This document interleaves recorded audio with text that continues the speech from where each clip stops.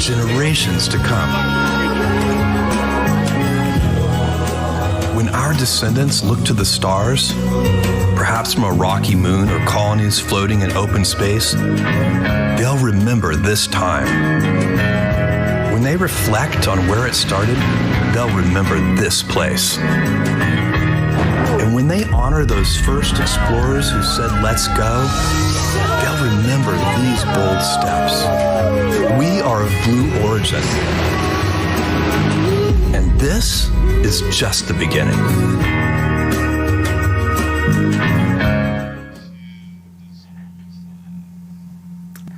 Good morning, everyone. Welcome to Launch Site 1 here in Far West, Texas, where for the second time, we have a full manifest of 6 soon-to-be astronauts. Thank you so much for joining us. My name is Jackie Cortez. And howdy, I'm Eddie Seifert. It's an impressive group on the rocket today. Dr. George Nield, Jim Kitchen, Marty Allen, husband and wife Marc and Sharon Hagle, and Blue Origin's very own Gary Lai fly to space today. And here they are shortly, all suited up for that official team photo, looking amazing in their flight suits. We'll take a much closer look at who's on board later in the show. But while we're talking astronauts, the incredible Wally Funk, who flew on our first human flight, was recently awarded astronaut wings by the FAA alongside the other astronauts from our first 3 crewed flights. I was there to see Wally get her wings in DC. It was such a special day, a huge honor for her to finally achieve this lifelong dream. And she was recently awarded the National Air and Space Museum's 2022 Michael Collins Trophy. This award recognizes outstanding achievements in the fields of aerospace, science, and technology. And if all of those awards weren't enough, Wally was also presented the 2021 Hoover Trophy. This trophy is awarded to aviators who inspire a love of flight in others. All of us at Team Blue are so proud of Wally. Turning our attention to the day at hand, every flight for New Shepard is another step towards our mission of building a road to space. In 2021, we flew 14 people to space across 3 human flights. This year, we expect to at least triple that number. And how do we get there? With safety at the center. Safety is our highest priority at Blue Origin. It's embedded in every part of the New Shepard vehicle design, its launch operation, our culture. And prior to our first human flight, we went through a rigorous program before being certified to fly humans to space. That's right, Eddie. And the numbers here speak for themselves. 15 successful test flights completed before first human flight, development of our full envelope crew escape system, which we then successfully tested 3 times. We did a successful test flight with 2 parachutes, so that's 1 parachute out, and of course, demonstration of those redundant landing systems on New Shepard. Something we've heard time and again from our astronauts is just how moving it is to see Earth from space. It's a reminder that just a few dozen miles of atmosphere, almost nothing, stands between us and the vastness of space. The Earth, our Earth, the one we have, is fragile and must be protected. And this core value of preserving Earth is foundational to all of our work at Blue Origin. And it goes from the design of our vehicles to how we work with our communities when building, refurbishing, and expanding new facilities. But it's also a longer-term vision focused on utilizing space and its tremendous resources to benefit all of us here on Earth. And it's an incredibly inspiring mission. One of the earliest technology capabilities we identified to enable this vision was our ability to work with liquid hydrogen.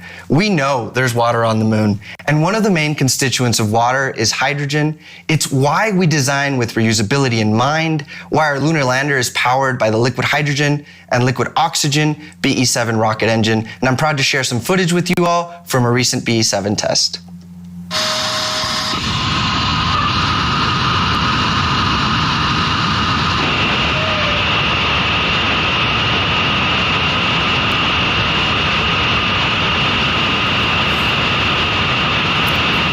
can see from that video, we never stopped working on lunar technologies here at Blue Origin. This BE-7 test is actually just from earlier this year at NASA's Marshall Space Flight Center. Huge shout out to our Huntsville, Alabama test team. What an incredible crew. The moon is critical to Blue's long-term vision, and we're so excited about NASA's recent announcement of the Sustaining Lunar Development Program. Our lunar capabilities like BE-7 are advancing so quickly because they're directly tied to other programs at Blue Origin, like the BE-3 engine flying on New Shepard today. That's right, Jackie. The BE-3 is also powered by liquid hydrogen and liquid oxygen, and because of that, we get to practice critical elements of our future moon landings. Everything that we do today informs all we'll do in the future. It's all connected. And that next step is today, where we continue to practice our human spaceflight operations. Earlier this morning, our astronauts arrived to the Astronaut Training Center. Here they are in the early hours of the morning here in West Texas, pulling up in those Rivians. Man, I can't wait to see their smiles. What an adventure in store for them today. Sharon Hagle looking excited and ready to go on today's flight. I don't think I would even need coffee. It was just your adrenaline would carry you through. I think that's right. So moments ago, Sarah Knights, our crew member 7, the crew's trainer and guide through the entire astronaut experience, presented a special challenge coin that will fly with each astronaut to space today. And Jackie, you know the only way to get one is to fly on New Shepard. If you're interested in purchasing a ticket on New Shepard, the first step is to visit blueorigin.com and click on our link, Fly to Space. We'd love to provide you with a once-in-a-lifetime experience. Soon here, we'll see the crew exit the Astronaut Training Center, stand by in their Rivian vehicles, awaiting that official go from Mission Control so the astronaut load process can begin. We'll keep eyes on our crew all the way to the launch tower and into the crew capsule. Coming up just shortly here, our crew will be exiting. Let's stay tuned for that.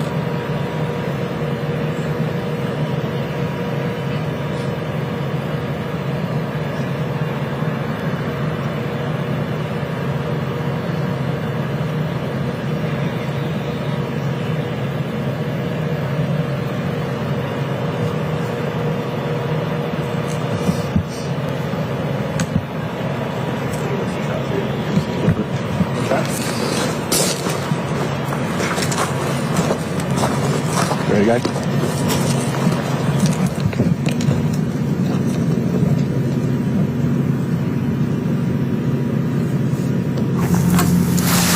While we have a moment here awaiting our crew's exit from the Astronaut Training Center, let's check on the latest with Club for the Future, Blue Origin's nonprofit foundation.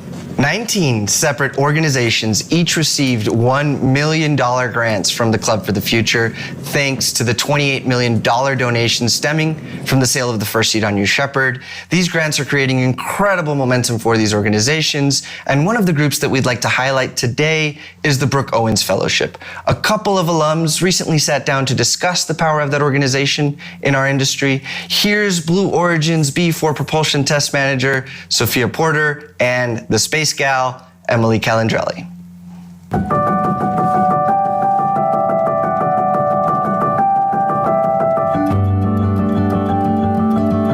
Emily, it is so great to connect today. Tell me more about your role in the Brooke Owens organization. My name is Emily Calandrelli. A lot of people on the internet know me as the Space Gal, and I am part of the executive team of the Brooke Owens Fellowship. I want to find some tangible way to make the aerospace industry better and more welcoming for women and other gender minorities. Because when you are a gender minority in a field like aerospace, oftentimes you feel a little bit left out. And so being part of the Brooke Owens Fellowship, you become part of this support community that you can go to for advice or to vent or just to talk about opportunities and strategies for how to navigate your career. It's really been an honor for me to be a Brooke Owens Fellow as well.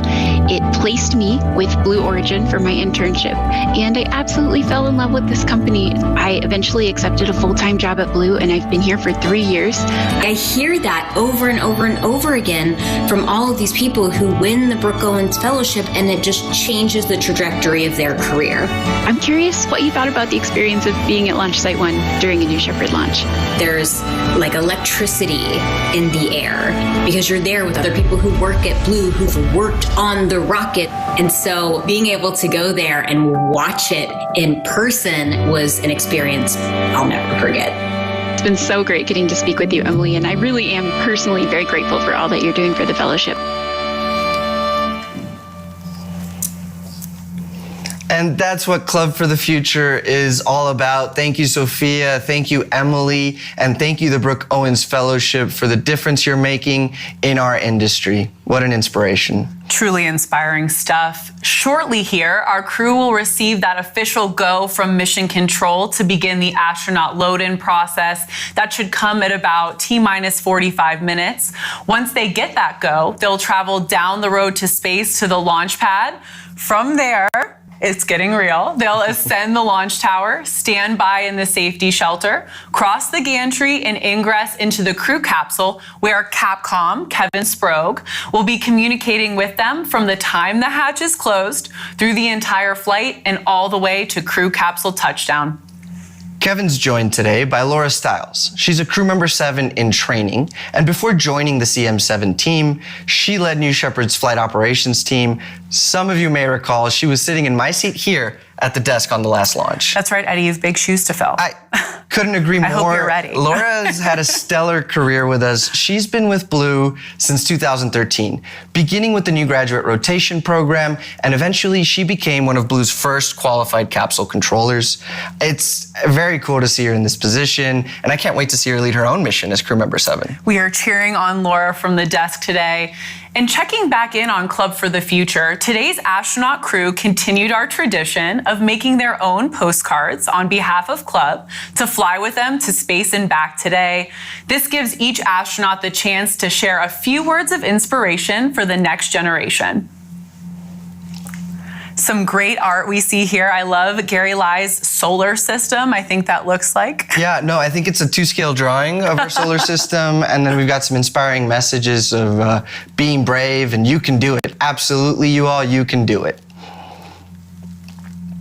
All right, we're moments away from Mission Control's official go for astronaut load-in to begin. While we wait for that, let's take a quick break.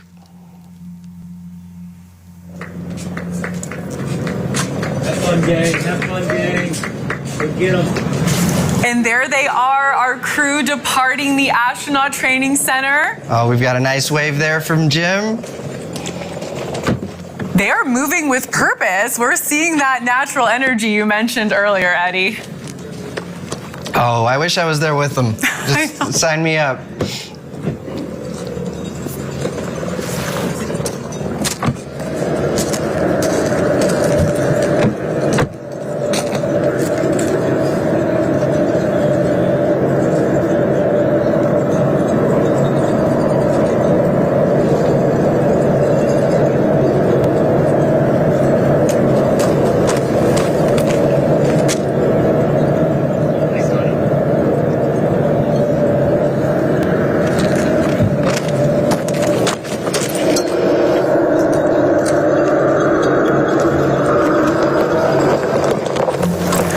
Driver's seat there, crew member 7, Sarah Knights.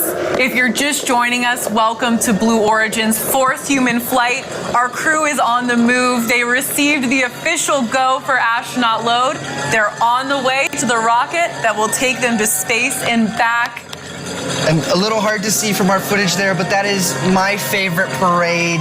The energy is incredible. It's a chance for Team Blue. Look at Gary, look at how happy he is. But it's a chance for Team Blue, the crew's friends, family, really everyone to whoop it up and support the astronauts one last time before launch. Now, we're down there with cowbells making noise, but the astronauts, they're focused, they're calm, they look ready to fly. I love hearing those cowbells, and I'm a little mad at you, Eddie. You didn't bring us a cowbell for the desk. Nonetheless, we're supportive of our crew today. Did you see those smiles? So excited for this team. As you can tell, on this road to space, visiting Space on New Shepard is a once-in-a-lifetime opportunity. If you'd like to purchase a ticket for this amazing journey, visit blueorigin.com and click Fly to Space.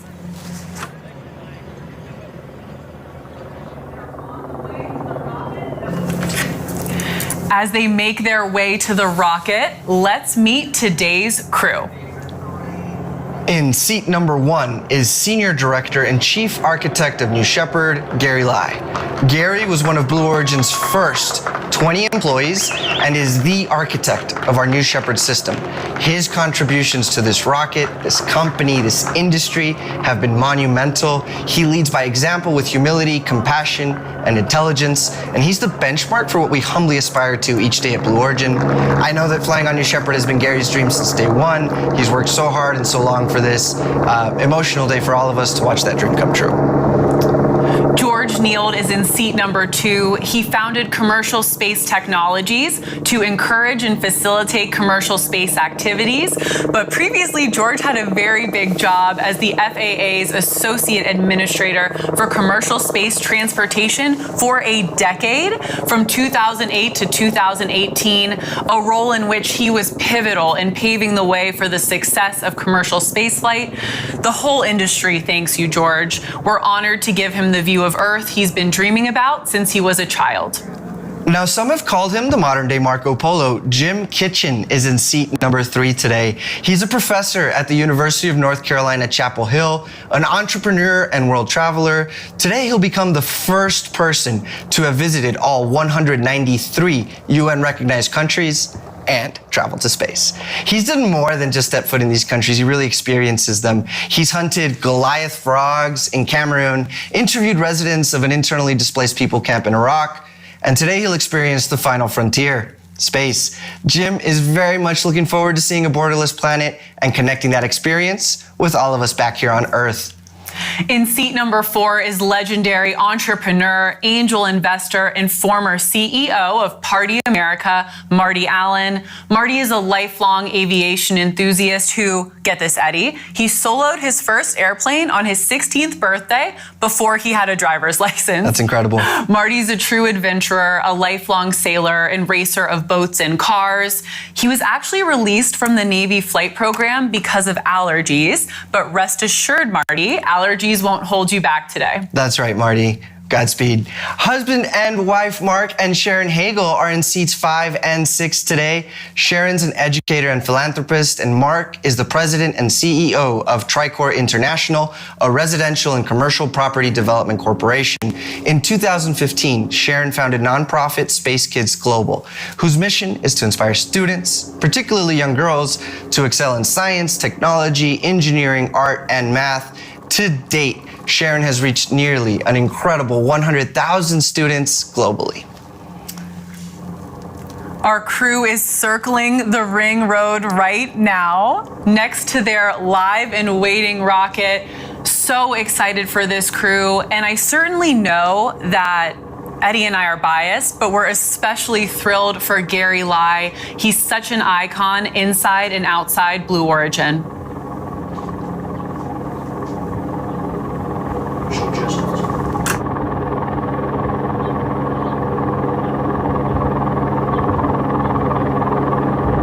I'm the Chief Architect of New Shepard, and I've been working on the program from the very beginning. So I joined Blue Origin in March of 2004 as one of its first 20 employees, and that was actually before the New Shepard program even officially began. In that time, it was just a concept, a little bit more advanced than a napkin sketch, and I helped build the team that would eventually design and put it together. And liftoff. When most people look at the New Shepard, they might see the astounding technology. To me, New Shepard is about the wonderful team that I've had the pleasure to work with over 18 years. I'm one of those people, and there are a lot of us at Blue, where opening the road to space for humanity is a calling. As humans, our grandest accomplishments happen because we are explorers by our fundamental nature. There is such a grand space and universe out there with so many resources and so many things to explore. I almost would not know what to do with myself, and I have very few useful skills, I think, that are not related to flying people to space. There's very few jobs, very few professions, and very few places where you have that combination of working on something so important that is at the same time so challenging and so rewarding. I can't wait to fly on the New Shepard vehicle. Everyone we talk to that has been to space describe going into space as a life-changing experience. I don't know how I'll feel, actually, on that date. Obviously, it'll be a cause of celebration, but it will also be a period of a lot of self-reflection. This is a once-in-a-lifetime, once-in-a-career opportunity to follow a program from start to finish to such a major goal. So I hope I will feel that it was as meaningful as the amount of time and energy that we put into it.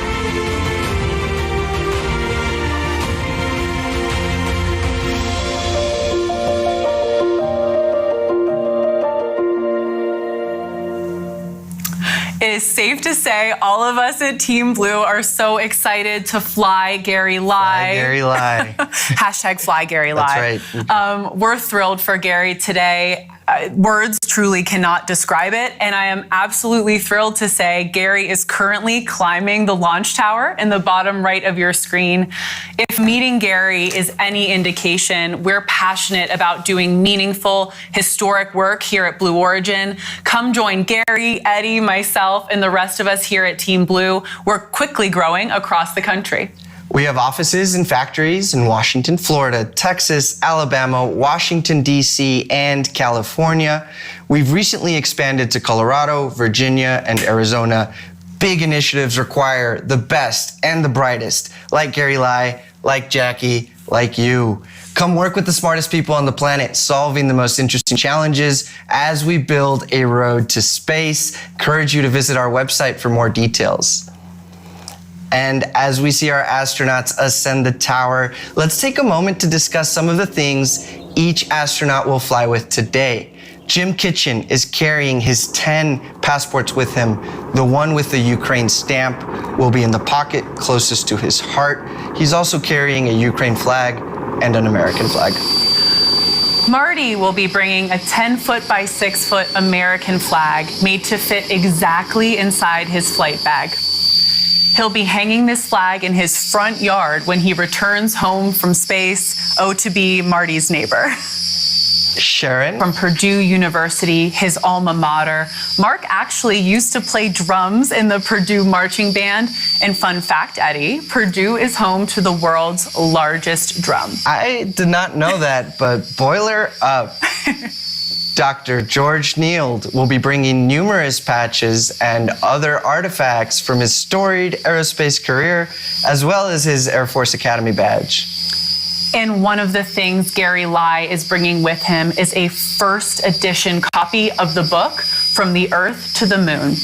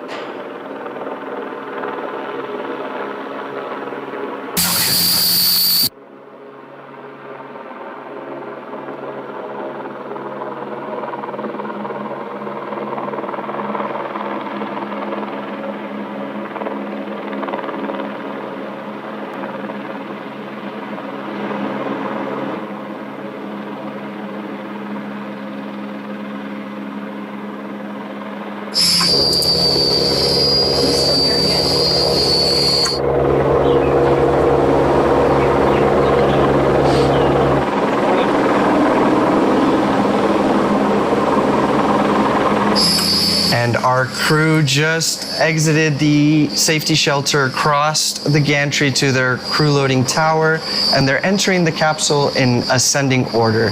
Gary Lai in the first seat, George Nield in the second seat, Jim Kitchen in seat number 3, Marty Allen in seat number 4, and Sharon Hagle and Marc Hagle in seat number 5 and 6.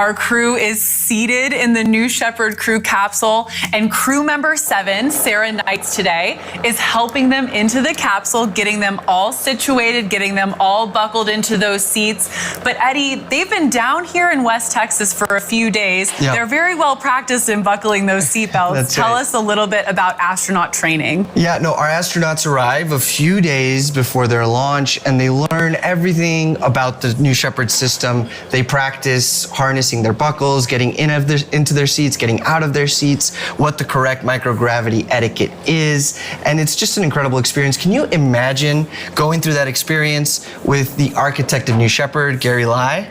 I truly can't. I mean, talk about subject matter expertise. I also, was so funny, I was thinking about Kevin and Sarah training Gary Lai to go on this experience. The architect of New Shepard, Gary Lai. He's actually right there on the left when you're peering into the open hatch here. Just so thrilled. It's unbelievable to see Gary in that seat. Absolutely. And what an experience for our astronauts to train with Gary, to hear the stories and the context and behind the whys of how New Shepard is today. And of course, about our vision and this inspiring mission that Gary has undertaken now for over 18 years. That's perseverance, it's diligence, it's determination. He's designed, he's built, he's tested, and today he's flying New Shepard. We said it before, #FlyGaryLye. Shortly coming up here is the hatch closure. So at this point, our tower crew and our crew member 7 are doing those final preparations. Let's check in on that.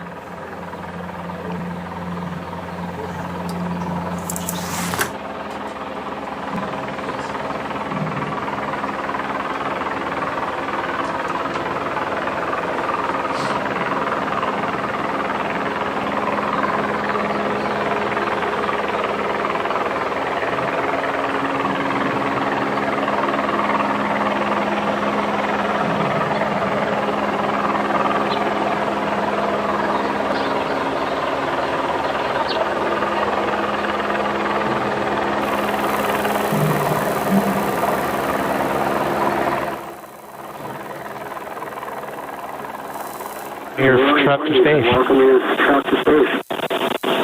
We're going to get started with astronaut contact. Astronaut contact. Astronaut Lie, how do you read? Astronaut Lie, how do you read? Control, astronaut Lie, loud and clear. Astronaut Nield, how do you read? Astronaut Nield, how do you read? Nield, loud and clear. Astronaut Marco, how do you read? Astronaut Marco, how do you read? Polo, loud and clear. Astronaut Marty, how do you read? Astronaut Marty, how do you read? Astronaut Marty, all is good. Astronaut Space Cadet, how do you read? Space Cadet, how do you read?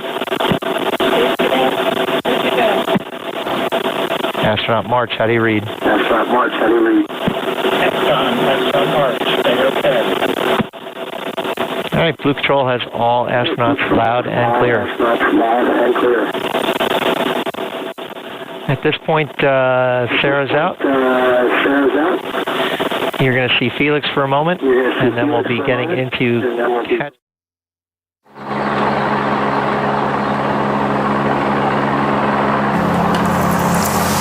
Thanks for joining us for our 4th human flight. As you just heard, those were our capsule communicators, Kevin Sprague and crew member 7 in training, Laura Stiles, checking in with our 6 astronauts today. George Nield, Sharon and Marc Hagle, Jim Kitchen, Marty Allen, and the architect of New Shepard, Blue Origin's very own Gary Lie, are loaded into the RSS First Step, awaiting a life-changing experience to space and back. And we just had a great shot of Gary and his smile, and of course, the RSS First Step over the hatch. It means reusable spaceship. This capsule has already gone to space 5 times, and it did so in the span of 12 months. Operational reusability, like today's 6th flight, is an underlying philosophy at Blue. It's fundamental to ultimately and dramatically reducing the cost of access to space. I'm just blown away when I think about New Shepard's vehicles being designed for 100 uses. We work towards that goal step by step. We're at just about T-minus 23 minutes until launch. While we have a moment, let's take a closer look at today's 4th human flight crew, dubbed the Roaring 20s. I love that name.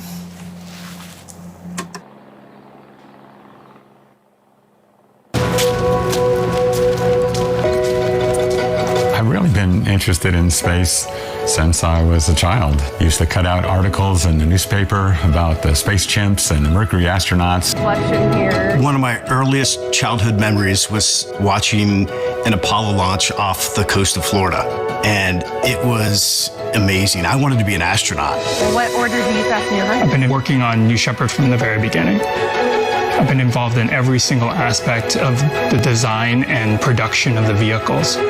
I used to parachute jump, and I liked the adrenaline rush that you get. And this has got to be off the charts. Our family has always thought we've been crazy because we do some high experience things. And I think by the time we got to this one, there was a little bit of acceptance that that's who they are, and there's not a whole lot we can say about it. Having been to all 193 countries and to be able to go to space and see this borderless planet, I think is so meaningful, especially given all that the world is going through right now. I think space is really our future. This is so exciting because we're on the edge of a new generation, a new frontier. We must explore and understand the universe and especially our local solar system. This is a new era of the unbelievable, where a teacher from North Carolina gets to go to space. The day of the launch, when that rocket gets in and you start feeling the power of it, I don't even know what I'm going to think. Looking out the window and seeing the black sky and the curvature of the Earth is really going to be special. Here I am with this opportunity of a lifetime, and it's just amazing. To be able to apply with this crew, and including Gary Lai, who's had such a major role in creating New Shepard, is just very special to me. Where are you guys going? Space! Yeah, let's fly.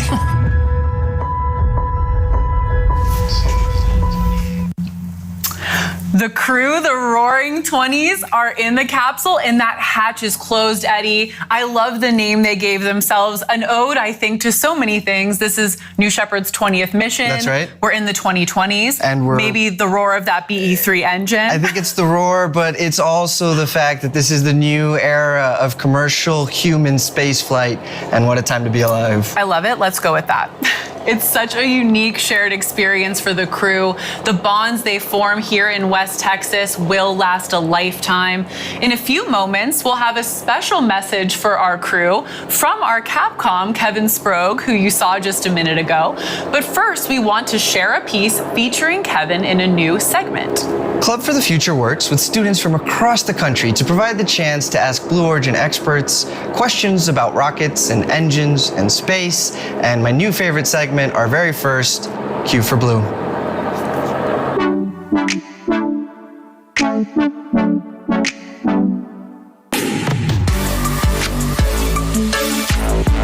Hi, my name is Hazio Puga. I go to SEAM Academy and I'm from Lexington, Kentucky. But right now in physics, I am studying gravitational energy and mass versus weight.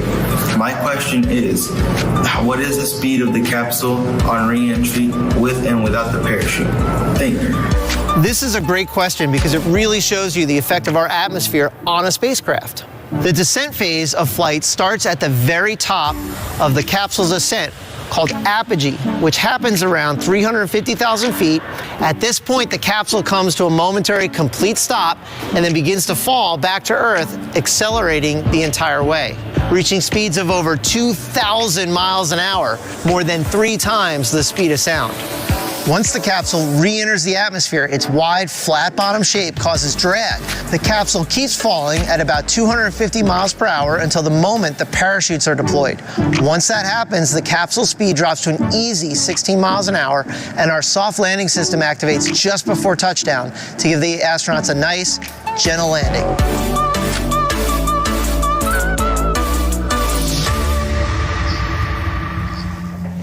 And what an insightful question from Club for the Future. Kevin, thank you for walking us through that.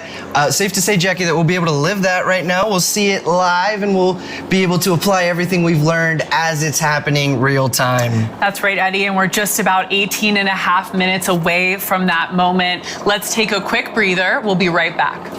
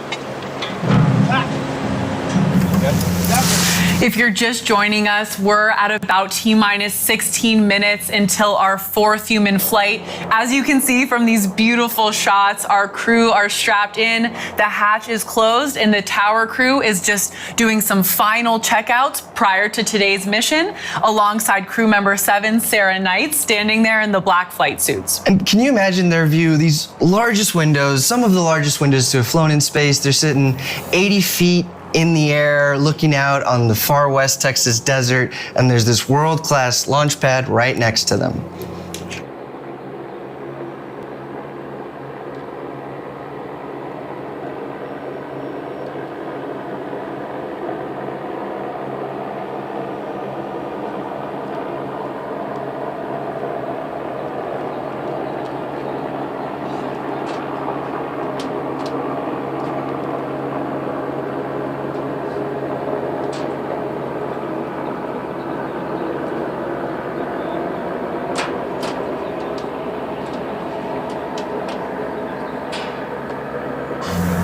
Crew member 7, Sarah Knight, waving to the crew as she departs the tower. I think I saw a thumbs up.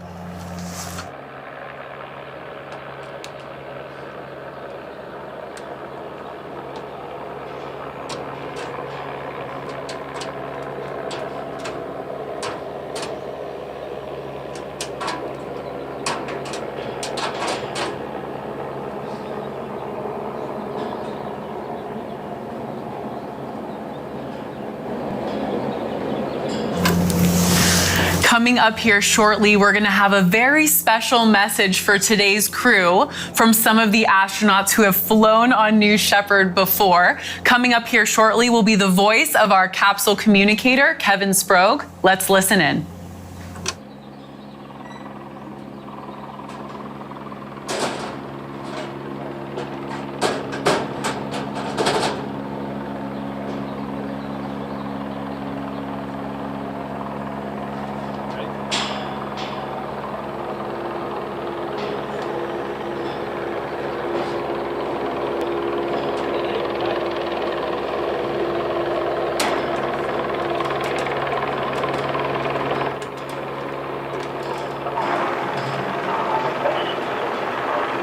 Crew, the NS-19 crew, who called themselves the Original Six, and they wanted to wish you well, the Roaring 20s, on your flight to space. Astronaut Michael Strahan, known as Astronaut Stray, wanted you to know the trip will go by in a flash in the moment, but your memory will make it seem like it was hours. Let your senses take over. Enjoy the ride. Take it all in, and don't forget to look out the window. Astronaut Weezer, Laura Shepard Churchley, wanted you to know you are confident to go because you have had the best training for this magnificent experience. The force you feel on launch is like being in the fastest car you've ever been in, and the pressure on your chest is great, but endurable. Weightlessness is heavenly. The 6 Gs you feel on the way back home are thrilling because you won't ever feel that amount of pressure on your body again in your life. Try lifting your arms off the armrest when you're under 6G. This is the best ride you will ever have, but it's way too short. Have a blast.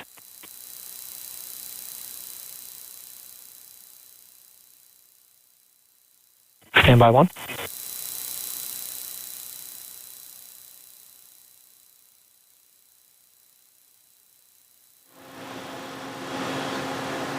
First step, blue control. We're getting ready to go escape enabled. Look for that blue light.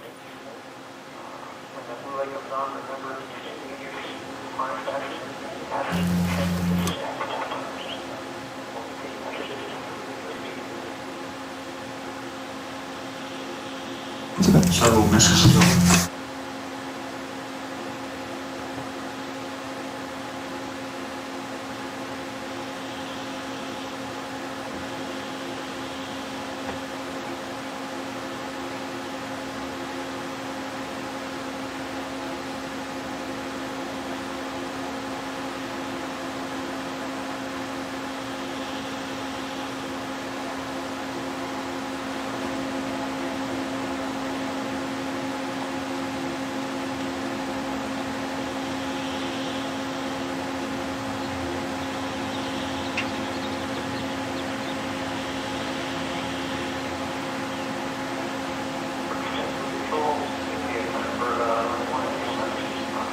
Michael and Taylor wanted you to know you are about to see the universe as it truly is. Thoroughly enjoy the experience, and then take this gift of perspective to help make a better world for all of humanity.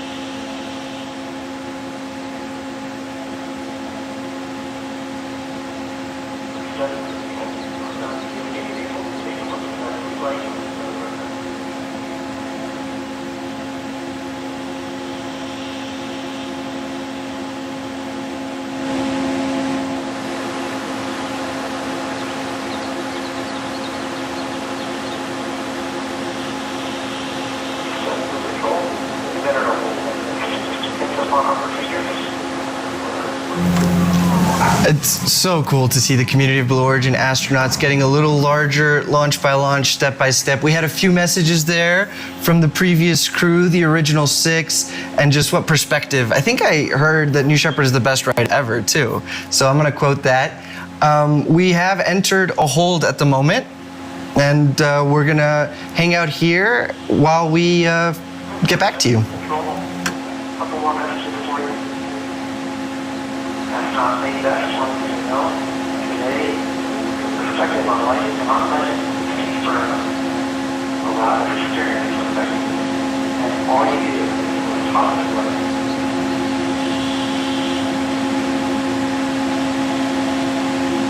Astronaut Interviews. What do I do? You want to know I'm not always a boy first. I thought it would be fun to take you off with the hike. Shepard to the stars. Dash yourself and furnish you up. Take on next first step. And finally, Thank you for joining us for our 4th human flight.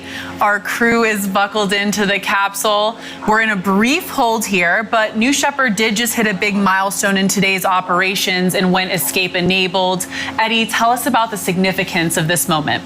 That's right, Jackie. Escape enabled is a pivotal moment in our flight preparation. Earlier, we talked about the full envelope escape system that we've thoroughly tested here in West Texas, all the way from the launch pad to max Q to near apogee escapes. So this system enables our mission assurance today, and so they've got a lot of roomy space in the capsule, 15 cubic meters to float around, but they will be protected the entire time by this escape system. Of course, safety is at the center of everything we do here at Blue Origin. We'll be right back.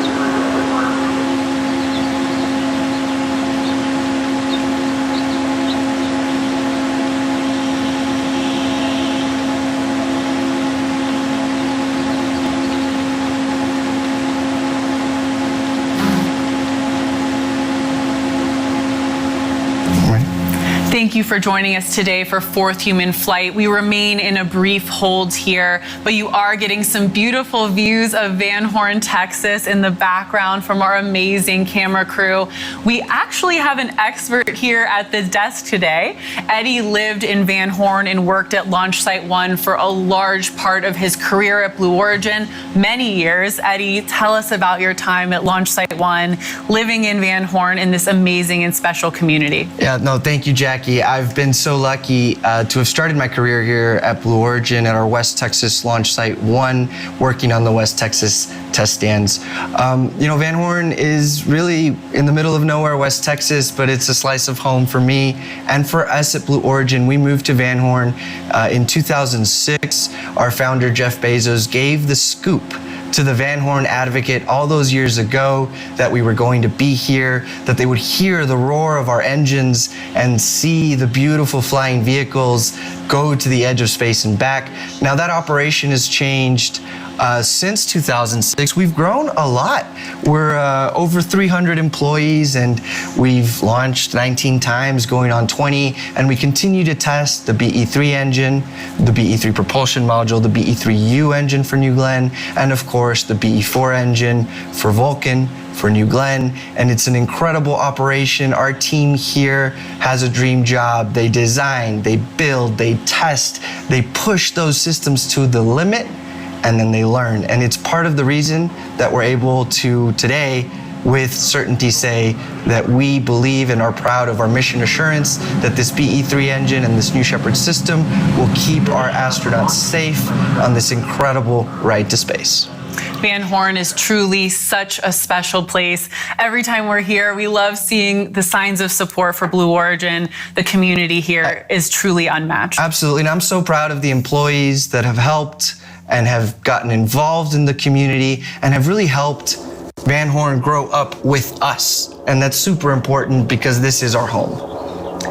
So special. Thank you for those special memories and insights, Eddie. We remain in a brief hold here, so let's check out more of those beautiful West Texas views and we'll be right back.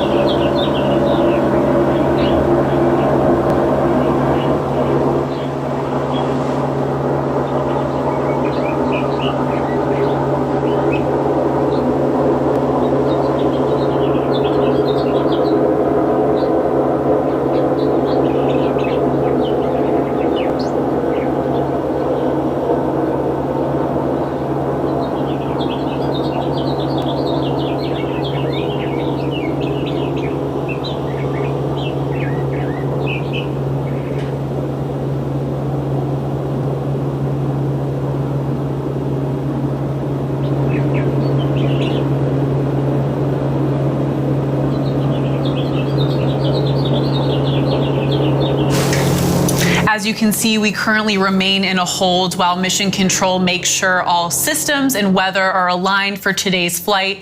But while we have a moment, let's talk about how our learnings from the BE-3 engine flying today on New Shepard are carried forward into the BE-3U program.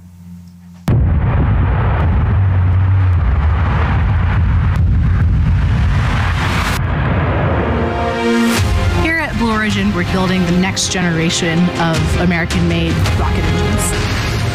And liftoff. We picked hydrogen for New Shepard so that we could get the learning that we needed for our ultimate orbital launch vehicles. We need the performance from hydrogen for the upper stage. The BE-3PM engine is highly reusable, human-rated. It provides a really good opportunity for us to practice. Since we've been able to fly BE-3PM on multiple New Shepard flights, we learned a lot about how to operate a hydrogen-oxygen engine. So now we have taken the BE-3PM design and optimized it for use in space as a second stage engine for New Glenn. We call it BE-3U. The BE-3PM is about 110,000 pounds thrust, and the BE-3U is 160,000 pounds thrust. There's 7 BE-4s that are the booster engine for New Glenn. The BE-3U engine is the upper stage engine, so at about 200,000 feet of altitude, it lights off and takes the payload into orbit.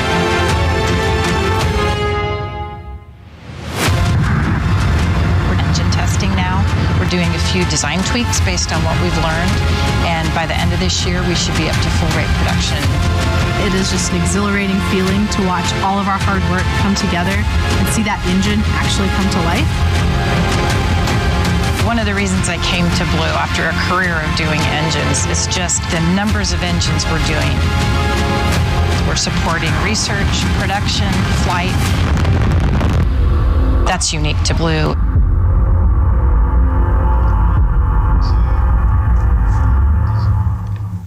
I thoroughly enjoyed all of those shots of our West Texas test stands. Jackie, when I first moved to West Texas, I started on the BE-3 engine test stand. We call it the Geeks test stand, the Giant Engine Experiment test stand. And it's a prolific test stand that tests both the BE-3PM version and the BE-3U upper stage version. For a little over 10 years now, that test stand has been testing full-scale BE-3 engines. They've ratcheted up 1,000 different hot fires and over 100,000 seconds of test. So when I say it's prolific, it's because they test day in and day out. Our propulsion test operations here at Blue Origin are just truly incredible. I'm always inspired by what the team can accomplish out here in West Texas, down in Huntsville, Alabama. Truly impressive and inspiring stuff. Very excited soon here too to see our test stand 4670 at Marshall Space Flight Center. That historic test stand tested the Saturn V that flew America to the moon.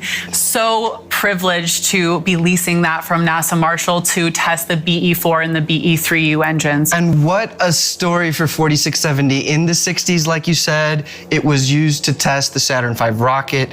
And then in the 80s, they did a little bit of space shuttle main engine testing. In the 90s, that test stand actually tested the Russian rocket, the RD-180. And then it went into a little bit of a pause, did some SLS testing.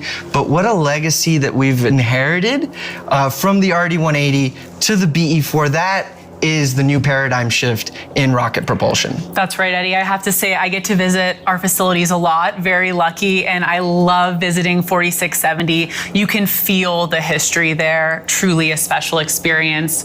We are still in a hold at this time, but we'll be right back.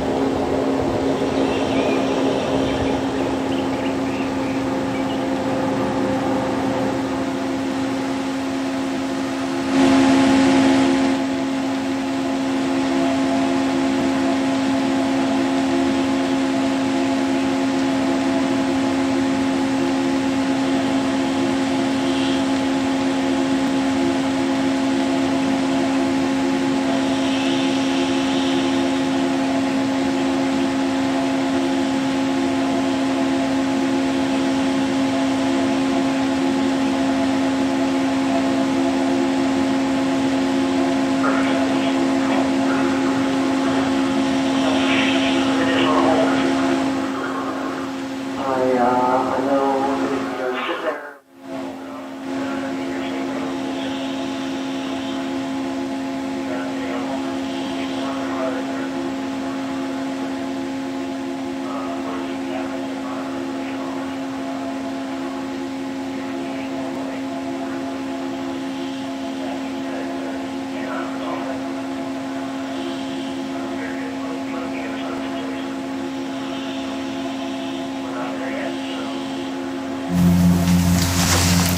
We remain in a hold in our countdown today to make sure everything is ready to fly. While we have a moment, let's talk some more about safety, of course, our #1 priority at Blue Origin. All in all, Jackie, safety drives everything we do at Blue Origin. There's nobody on Team Blue who does a better job of elegantly communicating this than Blue Origin's Director of System Safety Engineering, Andrew Lake. Andrew, you have such an important role at Blue Origin. So at Blue, when we say safety is a top priority, what does that mean? Yeah, it's interesting, this idea of safety as a priority. And there are a lot of ways to think about this, but I see safety more as a core value that you build a business around. And a business like what we were thinking about for New Shepard and what Blue is doing in general is animated around this idea of safe and reliable systems. So New Shepard went through this extensive test program, right? And we flew for 5-6 years before we put people on board. How do you know that you're done?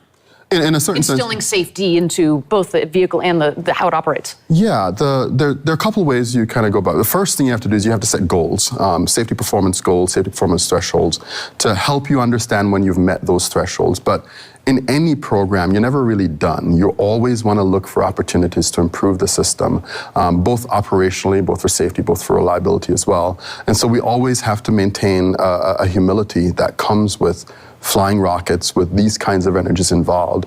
And so we, and the ops team that we're about to go fly this mission, I've never seen a team more diligent, more patient, and the constant awareness and the vigilance required to raise issues and make sure they're addressed before we decide that it's time to fly people. It's taken a team of people to get to this point, to be flying people on New Shepard. What would you say to this team? I'm humbled to work with this team. It would be lying to say that 3 people who happen to have voted as part of a much larger tech for human flight certification are the people who decided that we're safe enough. Hundreds of people have put their blood, sweat, and tears into this program. Each of them just immensely individually focused on not just the safety of the system, but the reliability of the system. And then there is the work that our team does to kind of partner with them to help them achieve these goals. I am immensely grateful for the opportunity to work with them, and I'm humbled to have an opportunity to kind of lead the safety mission assurance efforts with this team. Well, tell me this. Would you fly a New Shepard? I would, and let me just say this. Yeah. There are a lot of people at Blue that would be excited to fly New Shepard, and I'm happy to count myself as one of them. It's a fantastic system. It's a very robust system. And yeah, if I ever had the opportunity to fly, I'll wink a little bit at the folks making these decisions. I would be super excited. Fantastic. Well, I hope we get to go one day. Absolutely. Thanks, Andrew. Thank you. Thank you, Andrew Lake, for that incredible discussion of New Shepard's safety systems with backups and backup to the backups, and even in some cases, backup to the backup to the backup. We are still in a hold, as you can see from the screen, so we're going to enjoy some shots of the New Shepard rocket in the West Texas desert.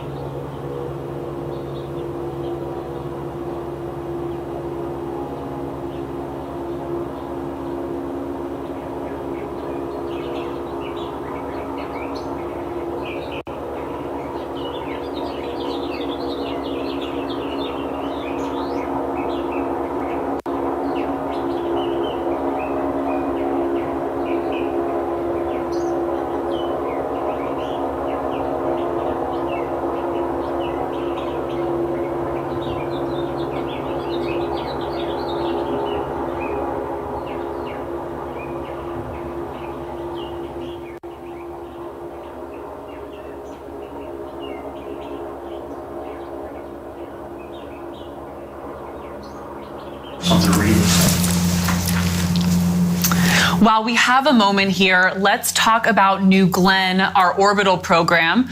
Recently, we performed an incredible separation test on the world's largest fairing for our New Glenn rocket. We're here at NASA's Armstrong Test Facility in Sandusky, Ohio.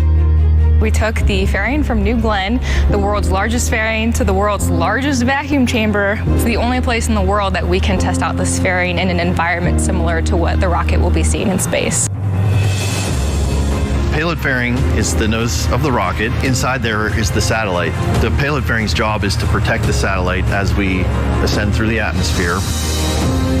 This is the largest structure that has ever been tested here. The New Glenn fairing is 72 feet tall. So when we put that on top of the 26-foot test stand, we're taking up 98 feet of vertical space in the 120-foot chamber. This jettison test is a huge milestone for us. We'll be firing ordnance that will separate the fairing within the chamber. When it separates, the fairing is going to create this huge breathing motion, and we want to make sure the edges aren't going to come in and hit the payload. This test is important because it helps us qualify the payload fairing and prove out that we actually do separate as designed. So we'll be looking at things like deflections and stresses. We have done a lot of component level verification. This is really the culmination of putting all those things together. All cameras are up and awaiting trigger. And it's going to all happen in a split second. Firing in 3, 2, 1, fire.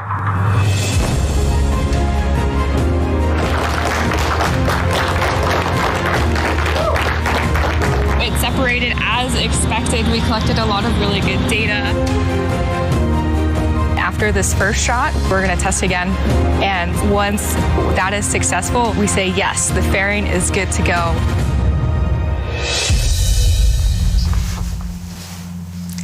It is so amazing, Eddie, to see New Glenn hardware in test. These moments are so incredible along this road to space, and it's very special. I'm going to say something nerdy and lame, Eddie. It's very special to be testing New Glenn at NASA Glenn. That's right. We love that. We do remain in a hold here to make sure all systems are go for today's launch, but we'll be right back.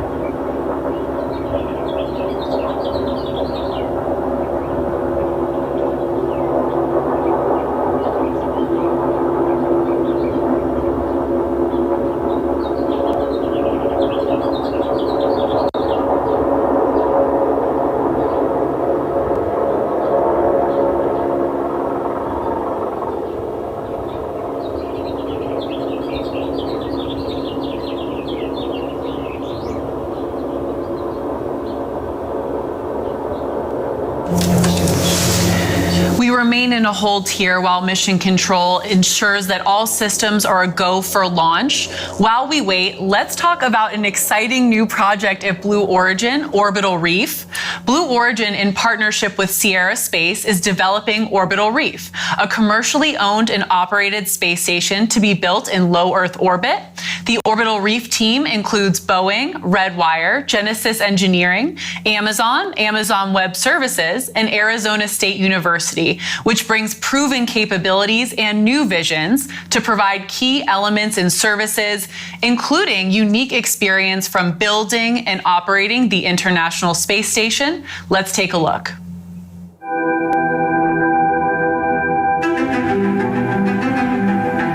There have been dreams for a very long time of robust commercial activities in space with growing populations and so forth. Now we have access to systems that cost less to launch and land, and we now understand how to build destination systems that last for a long time. It's the commercial world in which advanced capabilities get normalized and become a part of everyday life. Orbital Reef is a full-fledged commercial space station. Think of it as a village. Think of it as many different organizations and people in their own parts of Orbital Reef doing their own activities. Where all types of companies can come together and do research and or production, and also provide opportunities for tourists to come and just experience what space is like.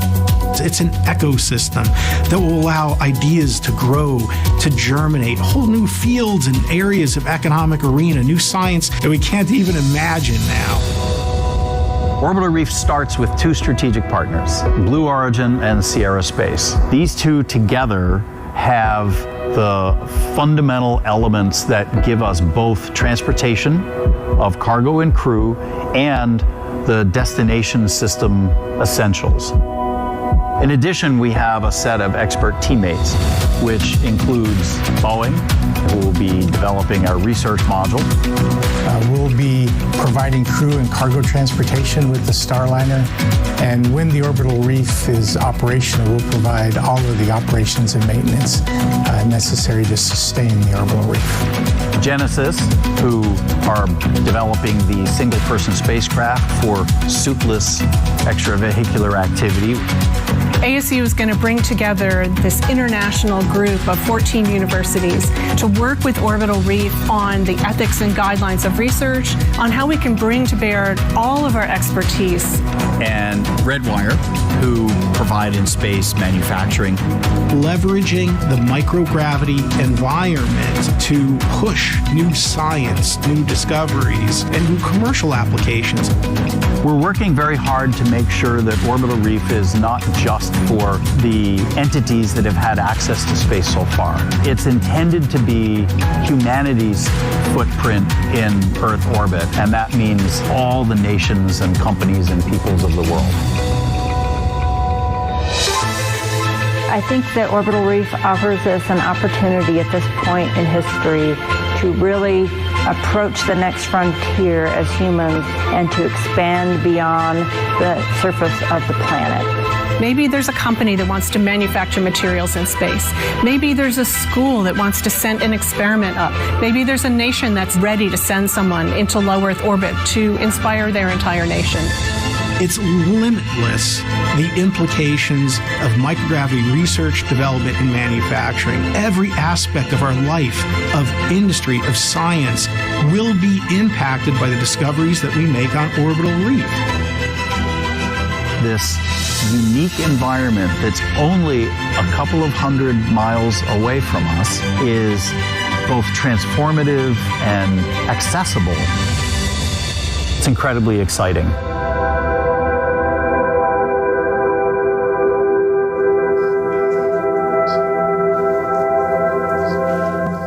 Our team is absolutely honored and thrilled to have received an award from NASA to continue advancing our Orbital Reef partners alongside our teammates. We actually at Blue Origin do have a lot of great experience with conducting this kind of microgravity research. Eddie, New Shepard has really been the test bed for this at Blue Origin. Can you tell us about that? I'd love to, Jackie. We've got an incredibly capable payload integration management team that has flown over 11 successful payload flights on New Shepard, getting these researchers 180 seconds of microgravity and just advancing science as we know it. So kudos to them, and I'm just so proud of them, Jackie. I am as well, Eddie. With that, let's take a quick breather and we'll be right back.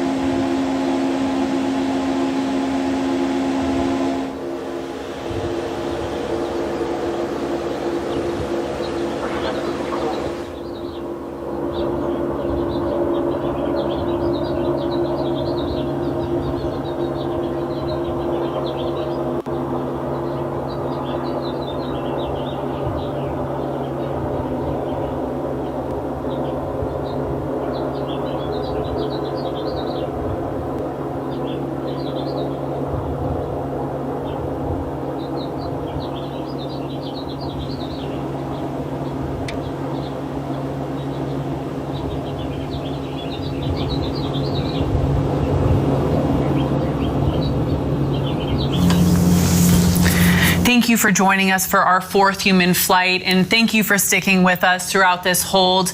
I spoke with our flight director, Nick Patrick, earlier this week, and as you know, holds are, of course, a completely normal part of our launch process. Safety, as we've said multiple times on today's webcast, is always the #1 priority at Blue Origin, so we need to continue to take this time to do those checks and make sure this mission is ready for launch today. Stay tuned.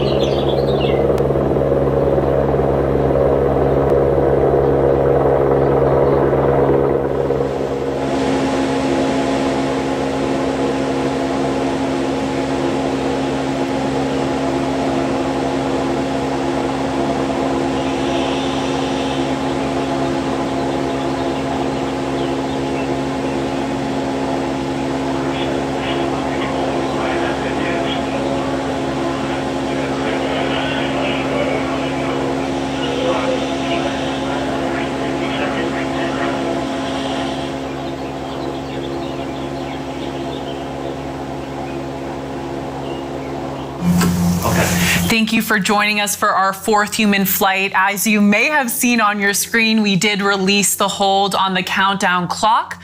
We're at T-minus 9 minutes and 30 seconds until our fourth human flight. Let's toss it to the rocket and stand by for mission control.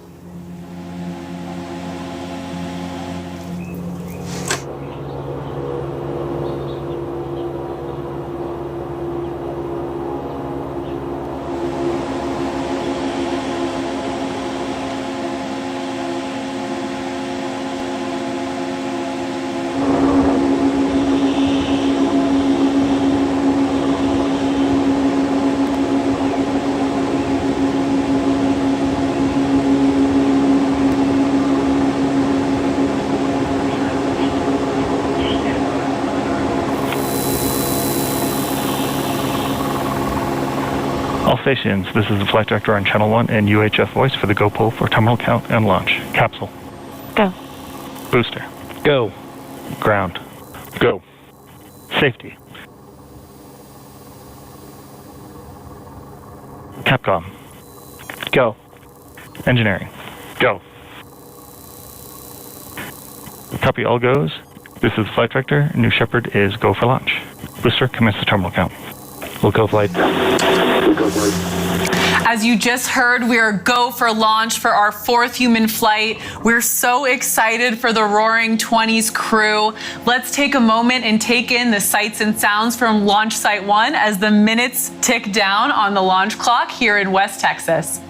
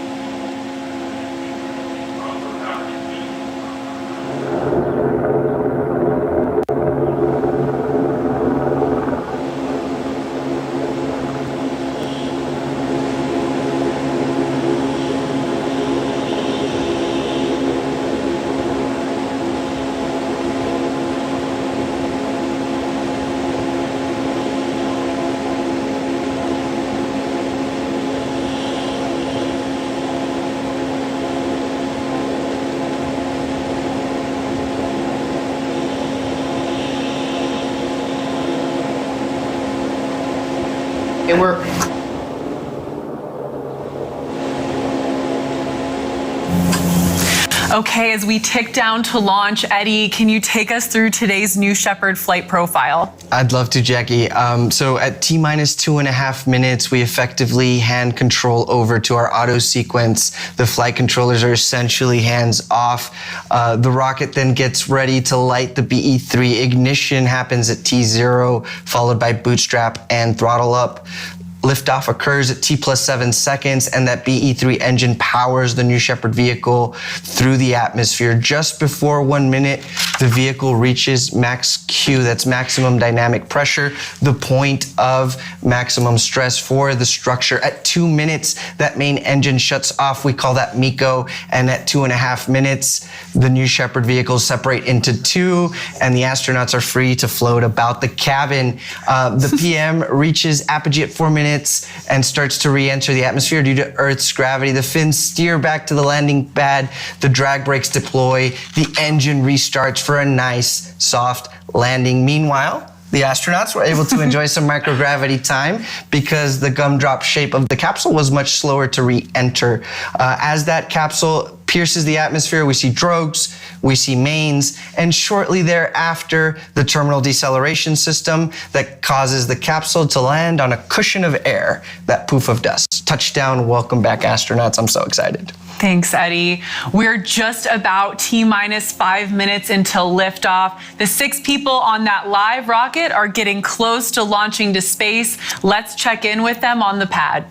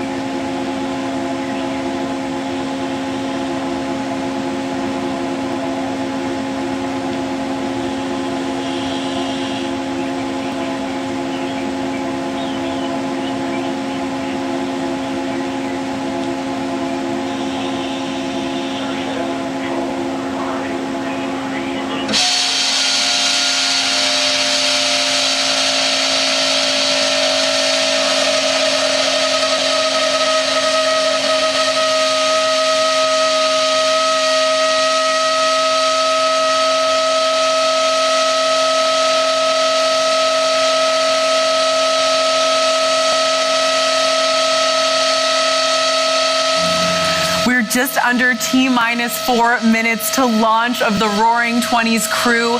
Eddie, you've been so lucky to be down here in West Texas for many a launch. What's happening across Launch Site 1 at this point when we're so close to liftoff? Well, Jackie, it all starts at Mission Control. They are focused with final preparations, and it's a laser focus. They are there working through their steps, making sure that their systems are ready for launch. And we're just moments away from that here. Those bit checks, like we mentioned, will start at 2.5 minutes. And the cool thing about those final checks, I mean, our crew is on board. They're feeling, they're hearing this living rocket. Just truly such an exciting moment for them. Absolutely, that rocket is alive on the launch pad.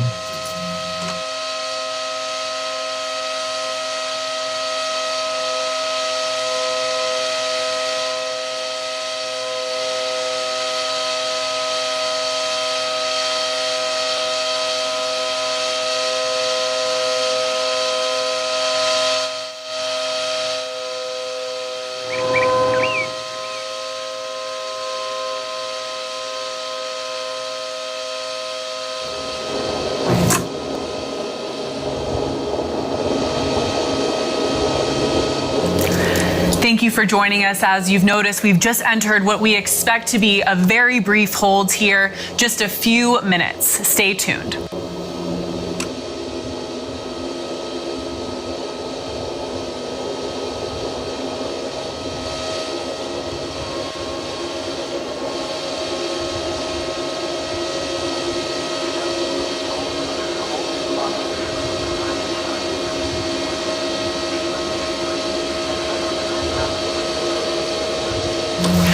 Okay, that hold has been cleared. We're at about 3 minutes until launch. We understand the Roaring 20s, all 6 astronauts on board our 4th human flight are ready to go. Let's watch and listen as New Shepard goes through those final checks and revs up for today's flight.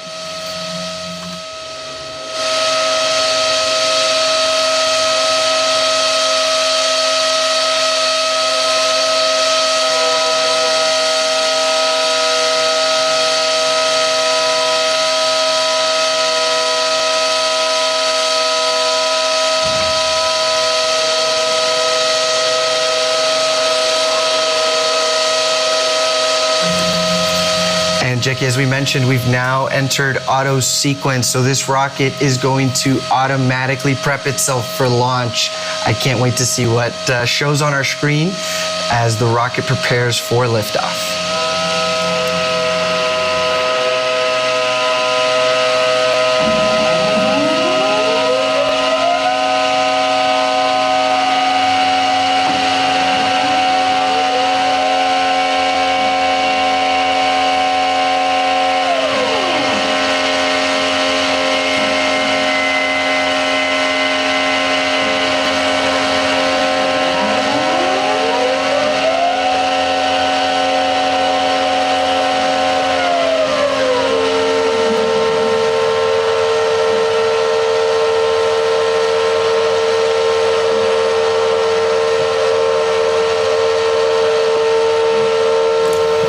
Just under 90 seconds to go. Those aft fins at the base are actuating, going through their bit checks. They provide control authority for the vehicle on ascent and descent. At the same time, we should be able to see the engine nozzle gimbal. It will help maneuver the rocket as its primary form of control. We've entered a brief hold in that final countdown. Our teams will assess. We'll be right back.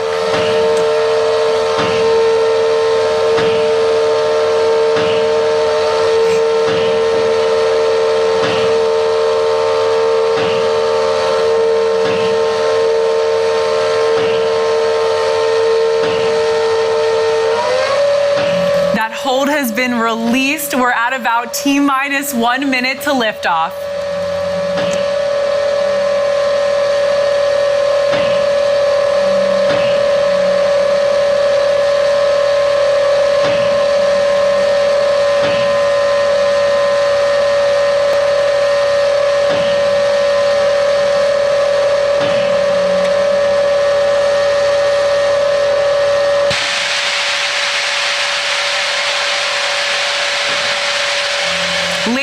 Gentlemen, it is time to launch this rocket.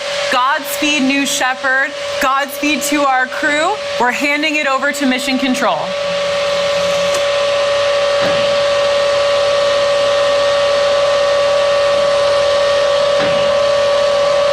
T-minus 10, 9, 8, 7, 6, 5, 4. Command engine start. 2, 1, 0.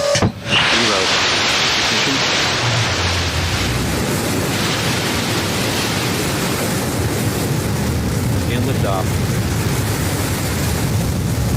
Shepard's cruise tower. And liftoff. Mission Control has confirmed New Shepard has cleared the tower and is on its way to space with our 4th human flight crew. Godspeed, New Shepard. Godspeed, the Roaring 20s. Enjoy this ride. You can see on the lower left-hand side of your screen, we are gaining speed as New Shepard lifts off towards space.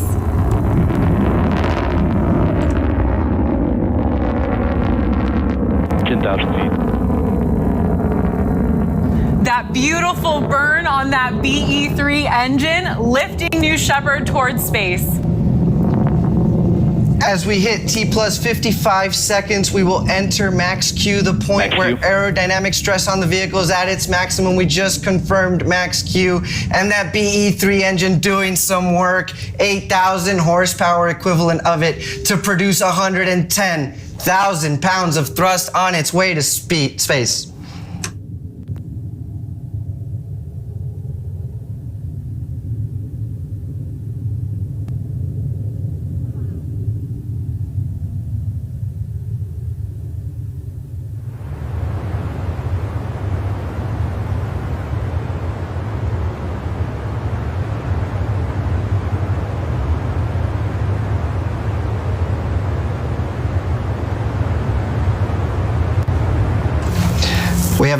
beautiful shot of the BE-3 engine there and its colorless exhaust. That's what happens when you mix liquid hydrogen and liquid oxygen. That is steam powering the rocket all the way up to the top. Here in 20 seconds, the BE-3 will throttle back, shut down, and will reach main engine cutoff. Stay tuned.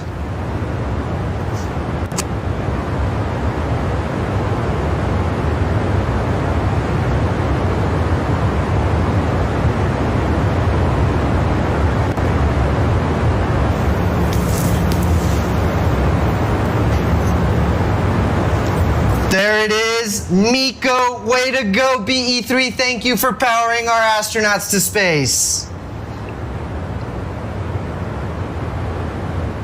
That was our main engine cutoff. Shortly here, we'll see separation of the crew capsule and the booster.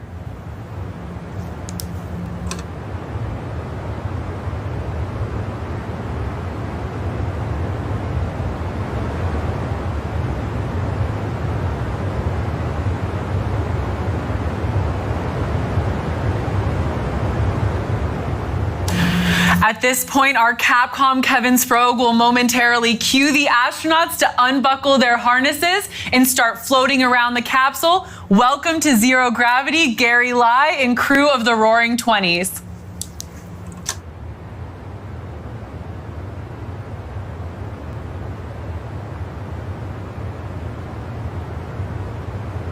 Beautiful shot there of the two separate craft. George Nield, Sharon and Marc Hagle, Jim Kitchen, Marty Allen, and Gary Lai. Welcome to Zero G. Let's listen in as they float about the crew capsule.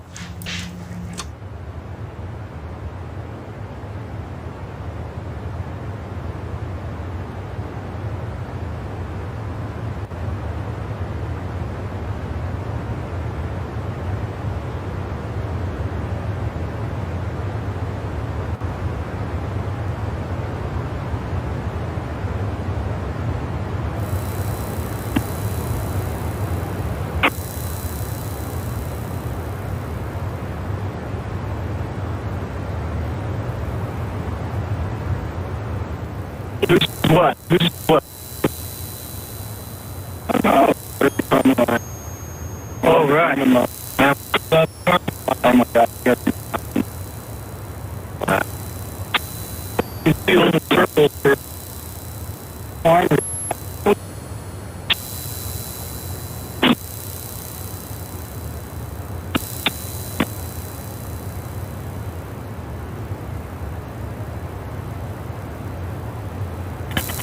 First step, Blue Control. This is your 1 minute warning. 1 minute warning. 1 minute warning. Congratulations to all 6 crew. They crossed that Kármán line. They just officially became astronauts.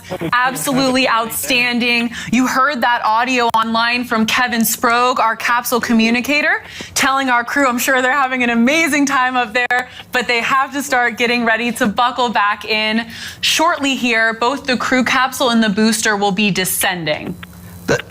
That's right, Jackie. So unofficial numbers, but we saw an apogee of 351,000 feet. So definitely well into the Kármán line, well into space. Congratulations, astronauts. The rocket is now reaching, this is the booster portion of New Shepard, is reaching its atmospheric pierce point. It's returning from space. Those control surfaces, those wedge fins, those actuated aft fins are now starting to have a little bit of air resistance to push against.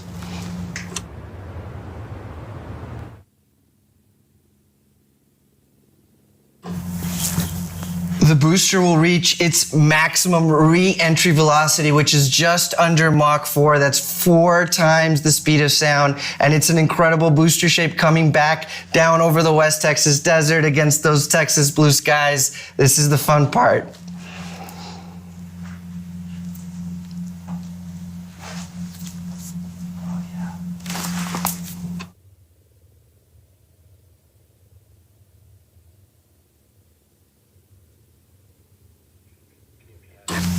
The wedge fins, the steering fins, the ring fin, all earning their keep at this point. Really doing some work to bring that propulsion module over the landing pad. What an incredible sight out there.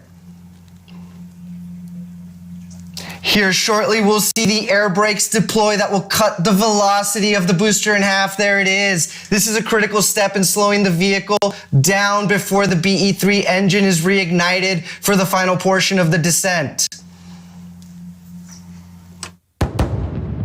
We had a sonic boom. Man, was that incredible. I love hearing that sound. And the BE-3 engine relights for the final portion of the descent.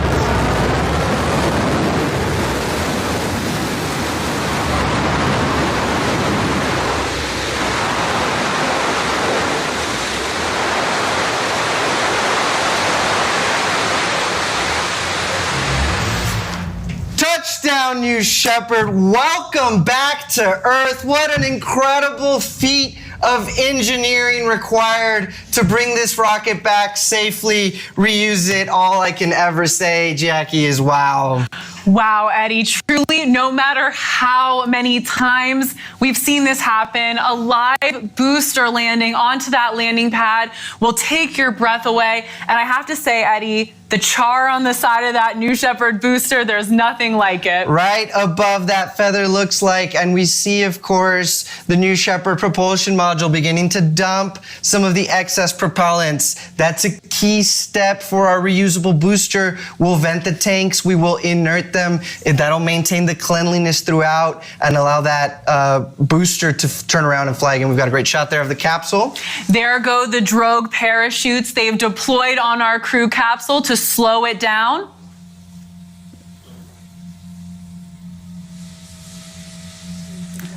And there go those main parachutes. Those three mains will slowly inflate to help slow down the return of the crew capsule. While the parachutes are, of course, essential to provide a gentle touchdown for the crew capsule, New Shepard also has that innovative retro thrust system to make our touchdown even smoother for the Roaring '20s crew flying today.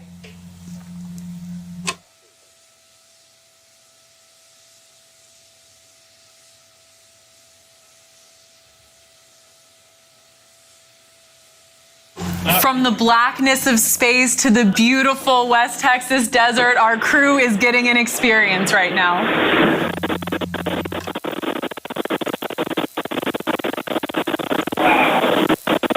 That was a quick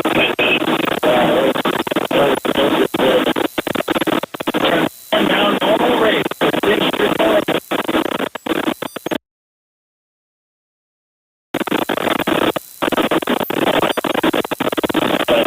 Get ready for the ground rush.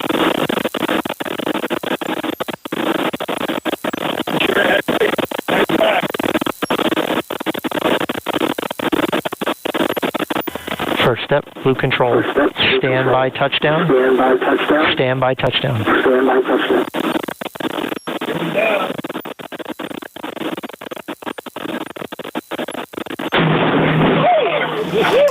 Woo! Crew capsule touchdown.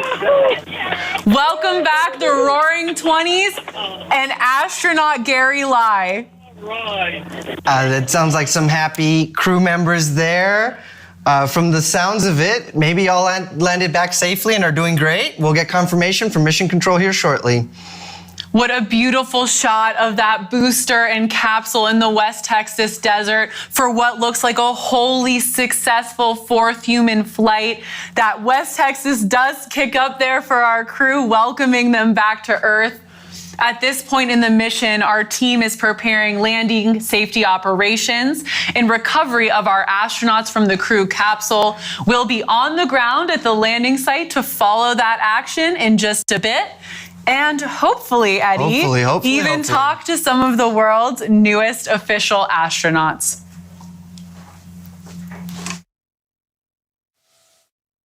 Here on Earth through those beautiful windows on New Shepard. And live footage of two reusable spacecraft next to each other. What an accomplishment. Congratulations, Roaring '20s. Congratulations, Team Blue. What a day today.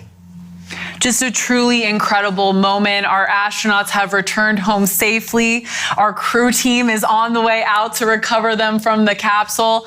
Wow. What a day. As we've mentioned, it appears to be a safe launch and landing, so absolutely kudos, congratulations to the mission team and mission control for really pushing through it, staying determined on that long-term vision of flying people to space today.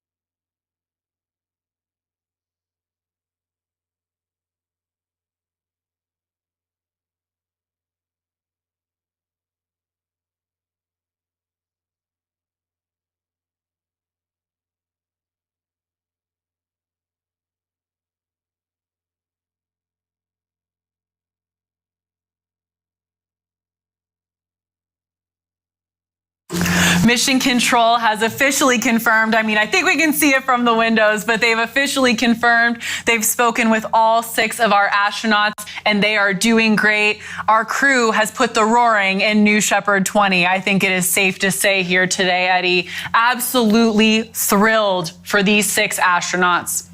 And we've got just incredible shot right now of the desert, the mountains in the back, the blue skies. I can't wait to hear from these astronauts. What will they have to say about their experience today?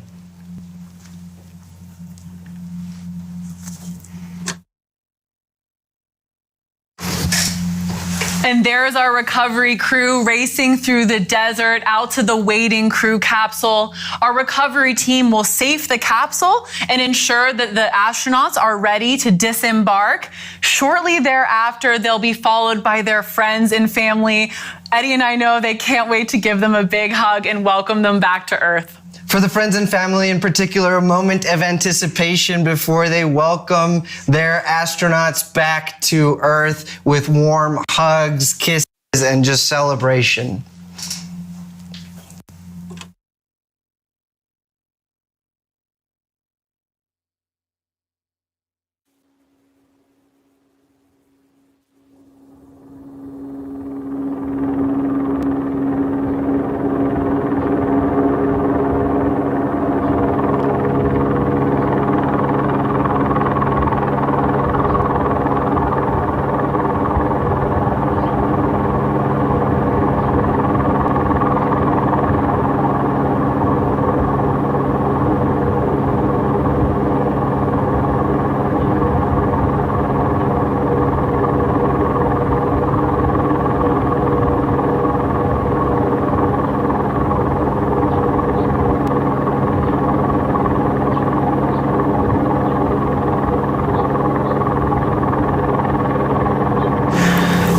For joining us for what was a successful 4th human flight. Our recovery team has arrived on site. Stay tuned here because hopefully we'll be able to again hear from some of our crew members about these amazing experiences. Stay tuned.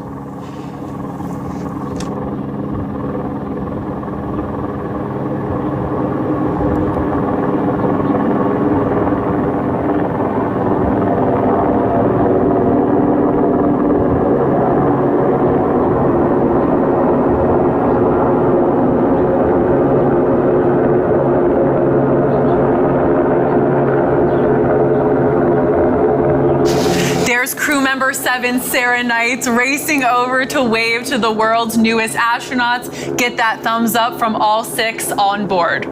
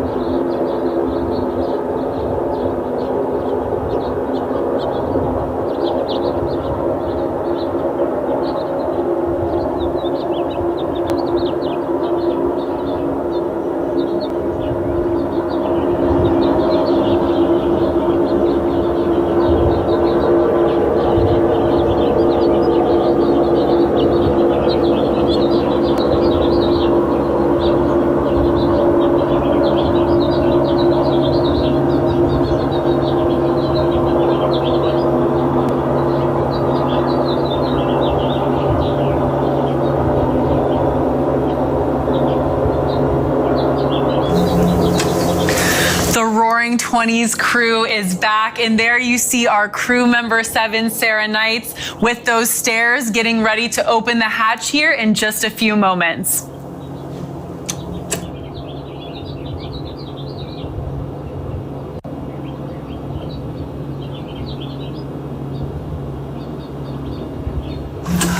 Beautiful shot there of our crew with their ride in the background, venting the propellants like Eddie mentioned just a few minutes ago. And we see the vehicles approaching the crew capsule. That's going to be friends and family. And hopefully, as we said, we'll get a few words from our newly minted astronauts.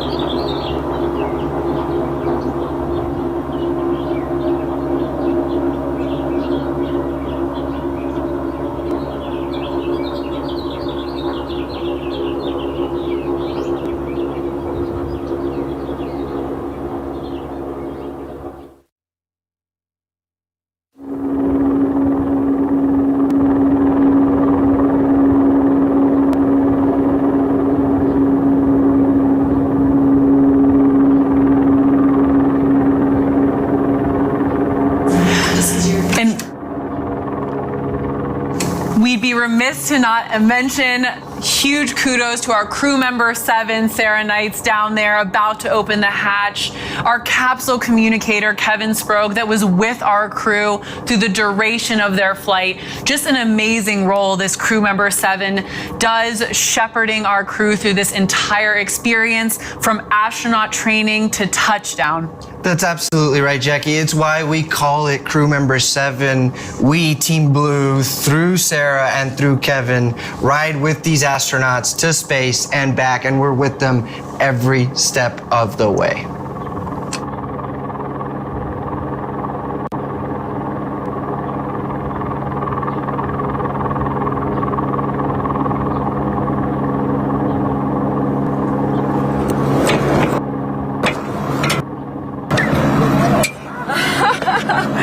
Welcome back, Perry astronauts.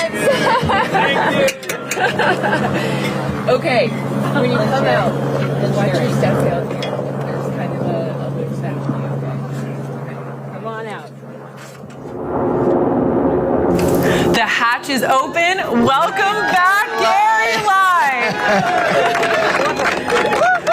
George Nield, congratulations. We should also have, there's Jim Kitchen with the 194. Congratulations.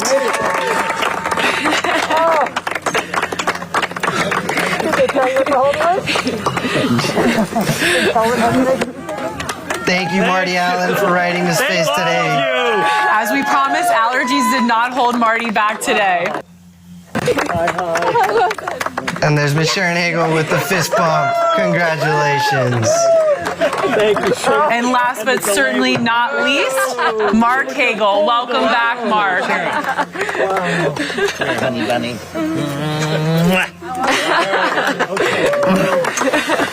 Camera's over here.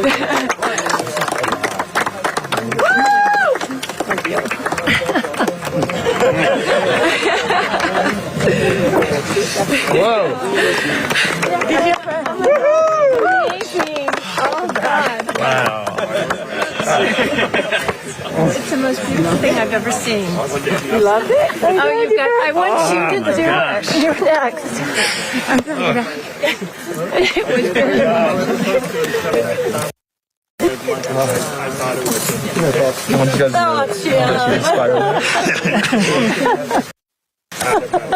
I don't know that I could even words could do that justice.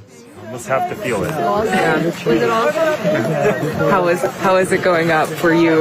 Was it everything you'd hoped for? Was it everything you'd expected it to be? It was different. I mean, I don't know, because I've never been in the centrifuge, so I didn't, I felt my skin pulling taut, and I think more dramatic than even the 0G was the throttle back from 3G. When we throttled down, I felt like I was rising there.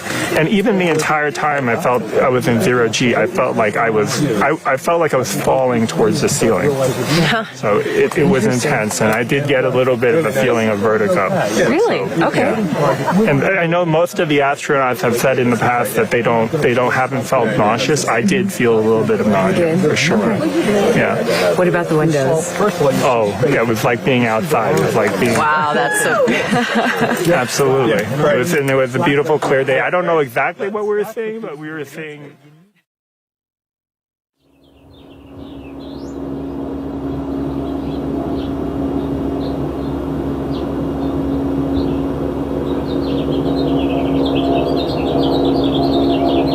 I'm so overcome. Thank you very much. Thank you for Team Blue. Thank you for this opportunity. I will never forget. Thank you. Thank you for making this real, making it a possibility for us to be able to send people.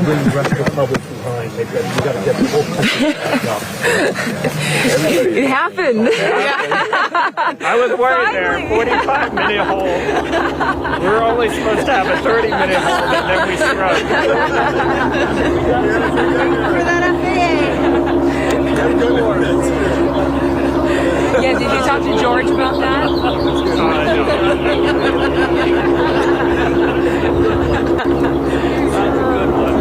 It was Texas Hold'em. Yeah, that was a good line. Great, thank you. Great. Do you want me to put this on? Jim, show me, what do you have here? Yeah, this is, we were joking 193 in space. It was scary on the line. What is 193? 193 is the countries that I visited. I brought all of my passports with me representing all of the countries in the world, and this was pushing that final boundary, going to space. And let me tell you, that was an out-of-body experience. I was thinking that on the way up, you're going 2,300 miles an hour, and you feel every bit of that. And then you get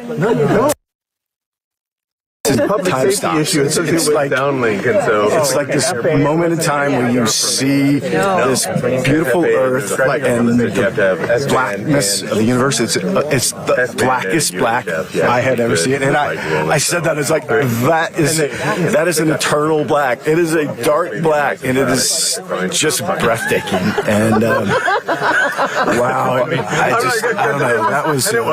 That was a moment. By the way, that was a moment, and. Connecting with humanity all around the world, seeing that big, beautiful.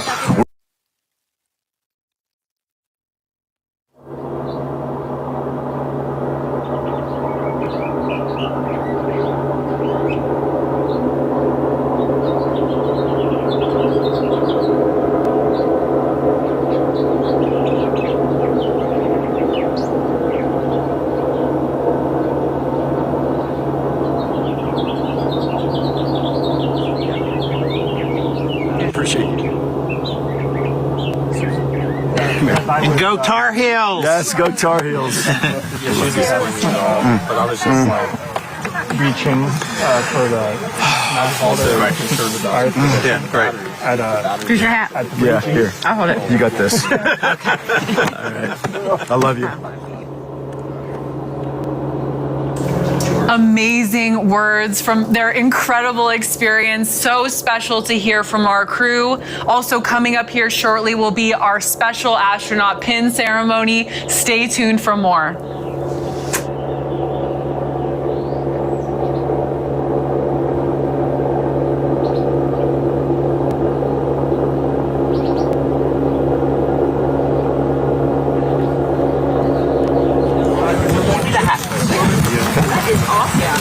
Come on.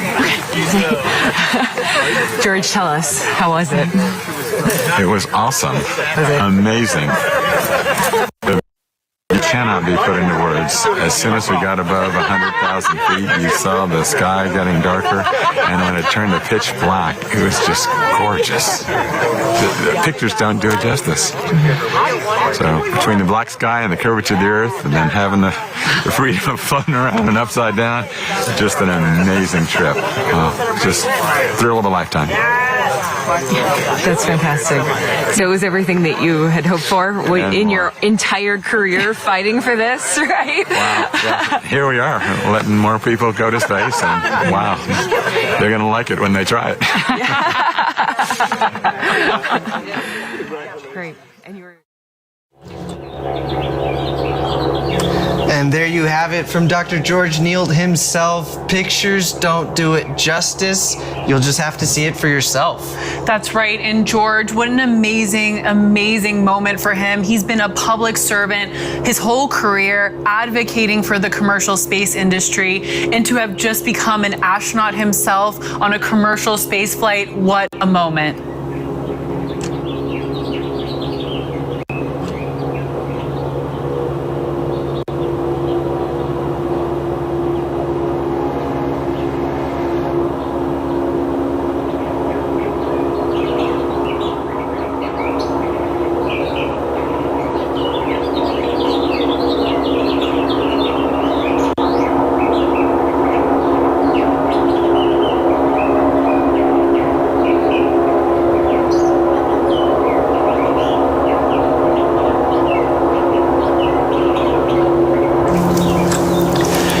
Getting set up right now for that special astronaut pinning ceremony. Can't wait to see this crew get their wings.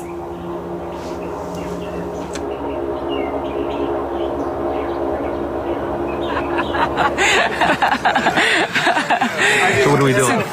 Just tell me what happened. What was your experience? I think going up, I was thinking it was going to be 50% weightlessness and 50% the view. When we got up there, it became 5% the weightlessness and 95% the view. The weightlessness was neat, but the view of looking to space, which is as black as your uniform, seeing the Earth, and then you could look down, and you know how the farmers, when you're in a plane, they have the circles? You could see all those, and it was incredible. We just got to get, all of America's got to get caught up to this, and we need a lot of people up here. I'm still stunned for words. The weightlessness was great. We weren't up there long enough to really enjoy the weightlessness, where you could eat and play with objects. It's the view.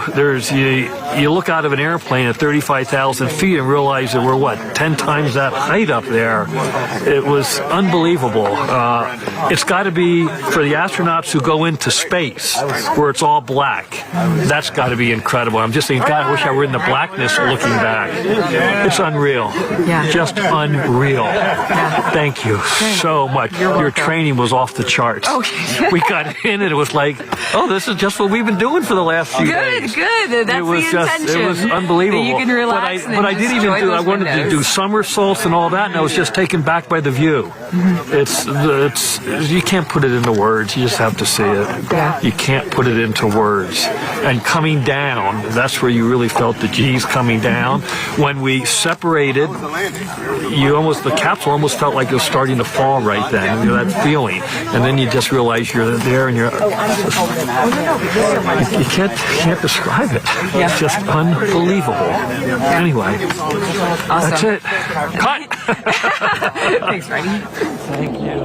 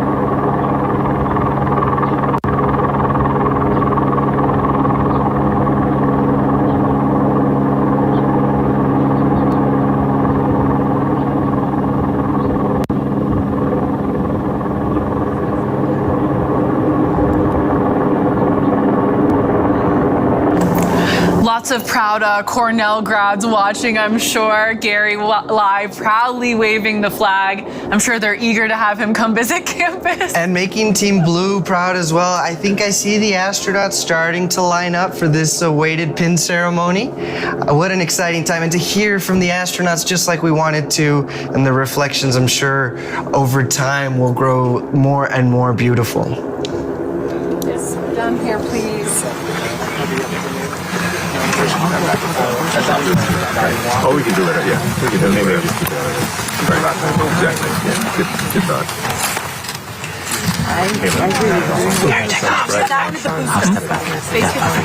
Okay, thank you. Yep. Ready to start. Yep. Jim and Timmy. It's cold out here. Brisk.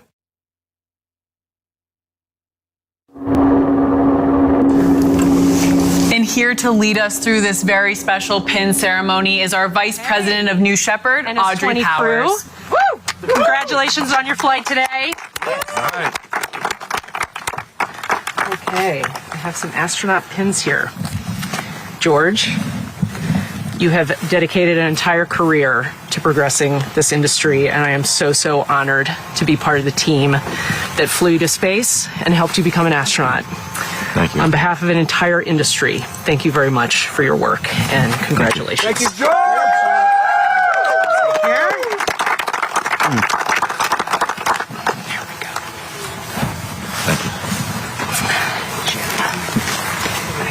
Jim, the great explorer, astronaut Marco, right? After a lifetime of exploring, congratulations on crossing your 194th border today. Thank you.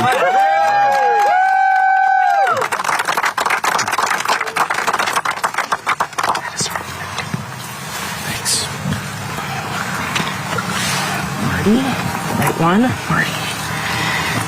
Marty, also a great adventurer. I hope that the view out the window was even better than you thought. Fabulous. It was? Fabulous. Good. Congratulations on this most grand adventure. When are we going again? That's right.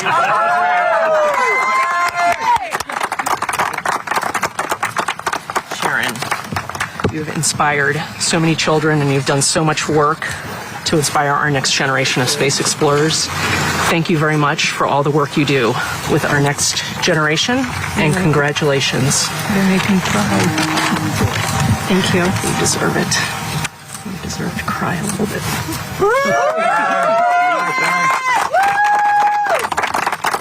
And Mark, my fellow Boilermaker. Yes, indeed. Yes, Purdue. Congratulations. Number on your 29 flight today. from Purdue. That's right. I'm so glad that you were able to share this with Sharon. Thank you. There you are.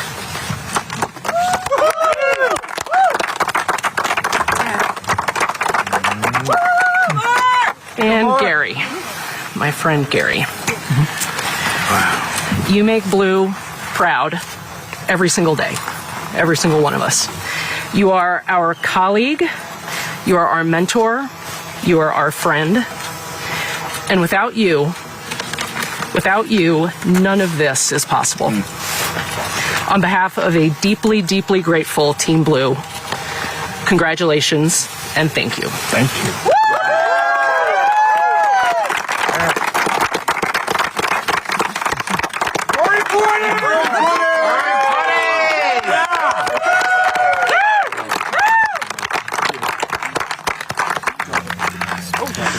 Well, that was amazing, Eddie. I think it's safe to say all of us across Team Blue might be a little teary-eyed right now. Not speaking for you, speaking for myself, though. Astronaut Audrey Powers, is there anything that woman can't do? Thank you all. Thank you so much, everyone, for joining us today for Blue Origin's 4th human flight. A huge and very special thank you to our customers, George, Nield, Sharon and Marc Hagle, Jim Kitchen, and Marty Allen. Well, customers and now astronauts. If you're interested in purchasing your seat on a future rocket ride to space and back, it starts by visiting blueorigin.com and clicking Fly to Space. Eddie, Thank you so much for sharing the desk with me today and adding your invaluable perspective from your vast experience here at Blue Origin. Anytime, Jackie. It was an honor. This was so much fun, and I'm so proud of everybody on Team Blue. The road to space is being built, and we took another big step today. If you're interested in joining our extraordinary team, please visit our careers page on the website. And if you'd like to commemorate today's launch, we have mission patches, swag, and so much more. I'm Jackie Cortez. For Eddie Seyfert and everybody here at Blue Origin, thank you again for joining us, and until our next mission, Gradatum Ferociter.